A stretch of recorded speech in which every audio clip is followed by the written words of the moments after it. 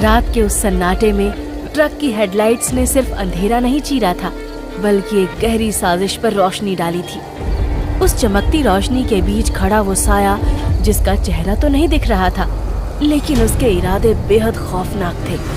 मालिक, माल गोदाम में उतार दिया है, अब मेरी बख्शीश तो दे दीजिए। अबे जब भी मुंह खोलेगा बस भीख ही मांगेगा। ये ले पूरे 50,000, लेकिन याद रहे जब तक मैं ना कहूँ गांव में तू अपनी शक्ल मत दिखाना। अब चल, गायब हो जा कुछ दिन के लिए। अरे मालिक, किसी को भनक भी नहीं लगेगी, आपका नमक खा लिया है, धोखाधड़ी नहीं करूँगा, चलता हूँ। राजस्थान की सीमा पर बसा छोटा सा गांव धनपुरा। वैसे तो यहाँ कड़ाके की ठंड पड़ती थी, लेकिन इस बार कुदरत का कहर कुछ अलग था। काले बादलों ने गांव को घेर रखा था। इसी तूफानी रात में गांव के बाहर एक साजिश रची जा रही थी। दूसरी तरफ 3 दिनों से हो रही बारिश के कारण गांव के कच्चे घरों की छतें टपक रही थी। जलावन की लकड़ियां गीली होने के कारण चूल्हे नहीं जल पा रहे थे। लोगों के खाने पर भी आफत सी आ गई थी। हे भगवान, गरीबों पर तो दया करो। ठंड क्या कम थी जो अब ये बारिश भी जान लेने पर तुली है। अरे ओ बसंत की माँ, लकड़ियाँ जलाई कि नहीं? मेरे प्राण निकल रहे हैं ठंड से। माँ जी, सारी लकड़ियाँ गीली हो गई हैं, चूल्हा कैसे जलाऊं? सही कह रही है अम्मा, खेतों में पानी भर गया है, मजदूरी बंद है और अब घर में सूखा भी कुछ नहीं बचा। बसंत का घर गांव के सबसे गरीब घरों में से एक था। टपकती छत और गीले बिछौने ने उनकी रात हराम कर दी थी।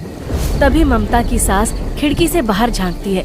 उसे बिजली की चमक में मोहन राशन वाले की दुकान की शटर पर कोई परछाई दिखती है। अरे, इतनी रात गए मोहन की दुकान का शटर कौन खोल रहा है? अरे अम्मा, इतनी बारिश हो रही है, शाम से ही मोहन ने अपनी दुकान बंद कर दी थी, फिर रात को उसकी दुकान का शटर कौन खोलेगा? हे भगवान, जरूर कोई चोर होगा। बसंत, जा देख कर आ, कहीं बेचारे मोहन की दुकान लुट न जाए। एक ही तो भला आदमी है वो इस गांव का, हमेशा गांव वालों की मदद ही की है। नहीं, आप बाहर नहीं जाओगे, वो चोर है, कोई नुकसान पहुंचा सकता है। अरे ममता, डर मत, मैं पड़ोसियों को साथ ले जाता हूँ। तभी बसंत और 2-3 पड़ोसी लाठियां लेकर दुकान के पास पहुँचते हैं। हैरानी की बात ये थी कि शटर बंद था, लेकिन ताला खुला था। बसंत भैया, ताला तो खुला है, लेकिन अंदर से कोई आवाज नहीं आ रही। मोहन भैया, आप अंदर हैं क्या? सन्नाटा छाया हुआ था। बसंत ने हिम्मत करके शटर उठाया। दुकान खाली थी, न चोर था न मोहन।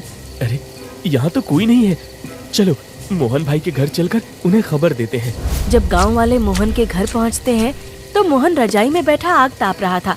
दरवाजा खटखटाने पर वो बाहर आता है। अरे बसंत भाई, अब इतनी रात को आप सब यहाँ? सब खैरियत तो है?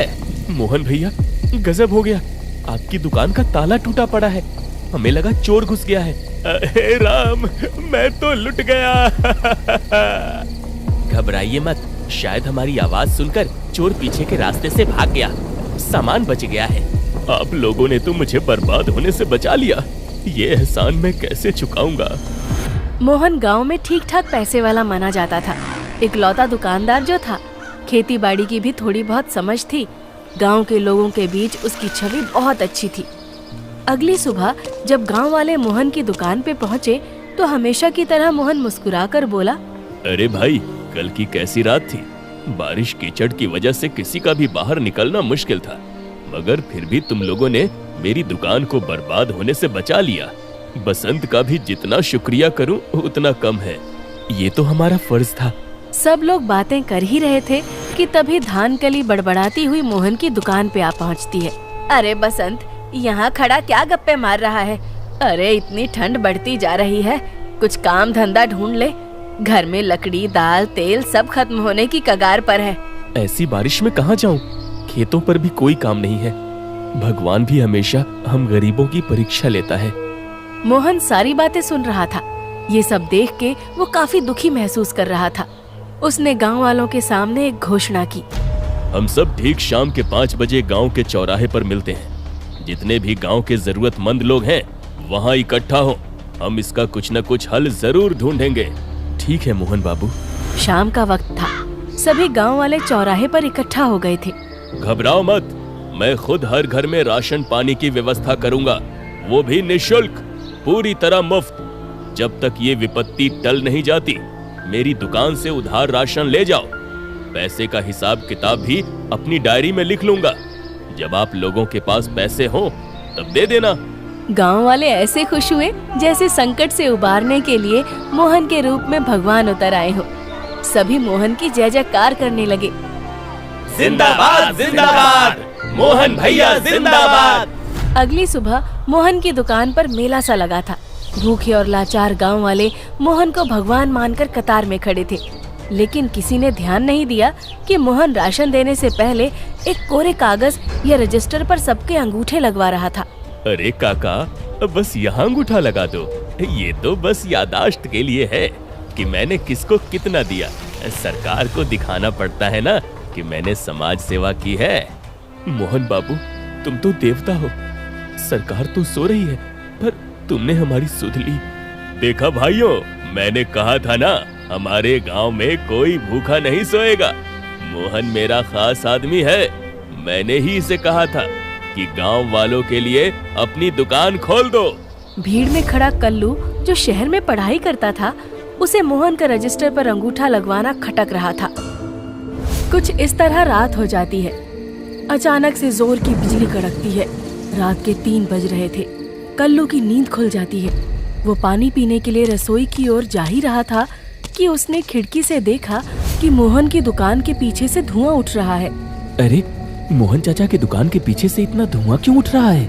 कल्लू तुरंत मोहन की दुकान की तरफ बढ़ता है और दुकान के पीछे के हिस्से में पहुंच जाता है। मोहन चाचा इतना कचरा क्यों जला रहे हैं? और ये आधे जले हुए बोरे, ये किस चीज के हैं? कल्लू पास जाता है और आग में से एक अधजला बोरा डंडे से बाहर खींचता है। बारिश की वजह से आग पूरी नहीं पकड़ पाई थी। बोरे पर एक नीले रंग की मुहर लगी थी। राज्य सरकार आपदा राहत सामग्री बिक्री हेतु नहीं? तो ये माजरा है। ये राशन मोहन का नहीं, सरकार का भेजा हुआ मुफ्त राशन है जो हम गरीबों के लिए आया था। और ये सरपंच और मोहन मिलकर इसे अपना बनाकर हमें कर्जदार बना रहे हैं।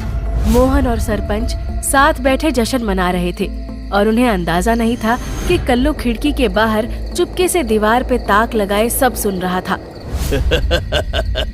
सरपंच जी मान गए आपके दिमाग को। अरे, गांव वाले मुझे मसीहा समझ रहे हैं और अंगूठा लगाकर अपनी जमीनें गिरवी रख रहे हैं।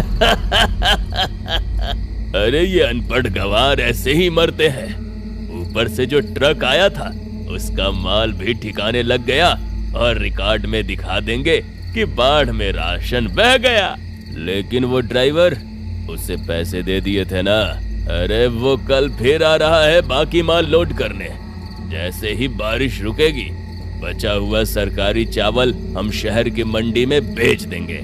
सरपंच जी, वो लाल वाली फाइल तिजोरी में रख दी है ना, उसमें सरकार का भेजा असली चालान है। अगर वो किसी के हाथ लग गया तो पता चल जाएगा कि राशन मुफ्त का था। अरे, तू डर मत, चाबी मेरी कमर में है और फाइल तिजोरी में। कल सुबह ड्राइवर आएगा, माल ले जाएगा और हम वो फाइल जला देंगे। चल, अब सो जाते हैं। थोड़ी देर बाद दोनों वहीं खटिया पर सो जाते हैं। कल्लू बिल्ली की तरह दबे पांव कमरे में घुसता है। वो सरपंच की कमर से चाबी नहीं निकालता, बल्कि उसकी नजर मेज पर रखे सरपंच के चश्मे और मोहन की डायरी पर पड़ती है। उसे एक तरकीब सूझती है। वो तिजोरी खोलने के बजाय मेज पर पड़ा ट्रांसपोर्ट रिसीट उठा लेता है, जो मोहन ने लापरवाही से बाहर ही छोड़ दिया था। प्रेषक जिला कलेक्टर सामग्री, बाढ़ राहत निःशुल्क वितरण। वो कागज अपनी जेब में रखता है और वहाँ से गायब हो जाता है। अब उसके पास एक ठोस सबूत था। अगले दिन जब मोहन और सरपंच बचे हुए सरकारी राशन को ट्रक में भरकर ब्लैक में बेचने की तैयारी कर रहे थे, तभी कल्लू ने अपना जाल बिछाया। उसने गांव वालों को इकट्ठा कर लिया था। रुको, ये ट्रक नहीं जाएगा। अरे कल्लू, तू यहाँ क्या कर रहा है? ये ट्रक तो शहर से और माल लाने जा रहा है। माल लाने या हमारे हक का चुराया हुआ सरकारी माल बेचने? ए लड़के, जुबान संभाल, हम पर इल्जाम लगाता है। रुक तू, आज तुझे पुलिस के हवाले कर ही देता हूँ। पुलिस तो आएगी सरपंच जी, लेकिन मेरे लिए नहीं, क्यों ड्राइवर काका, कल रात अंधेरे में आए थे, आज दिन में आए हो? रास्ता याद है ना? ए लड़के, मेरा रास्ता छोड़, मुझे देरी हो रही है। अरे काका, जाने से पहले ये रसीद तो चेक कर लो, मुझे ठीक से पढ़ने नहीं आता। अब जरा पढ़कर बताओ, इसमें क्या लिखा है? सामान कहाँ जाना है? ला दिखा। इसमें लिखा है प्रेषक जिला मजिस्ट्रेट, गंतव्य धनपुरा, ग्राम पंचायत, विवरण आपदा राहत चावल केवल निःशुल्क वितरण हेतु। पढ़ते पढ़ते ड्राइवर की आवाज रुक गई। उसे एहसास हुआ कि उसने अपने ही मुंह से अपनी पोल खोल दी है। अरे क्या कहा? निःशुल्क, मुफ्त? ये झूठ है, ये कागज फर्जी है।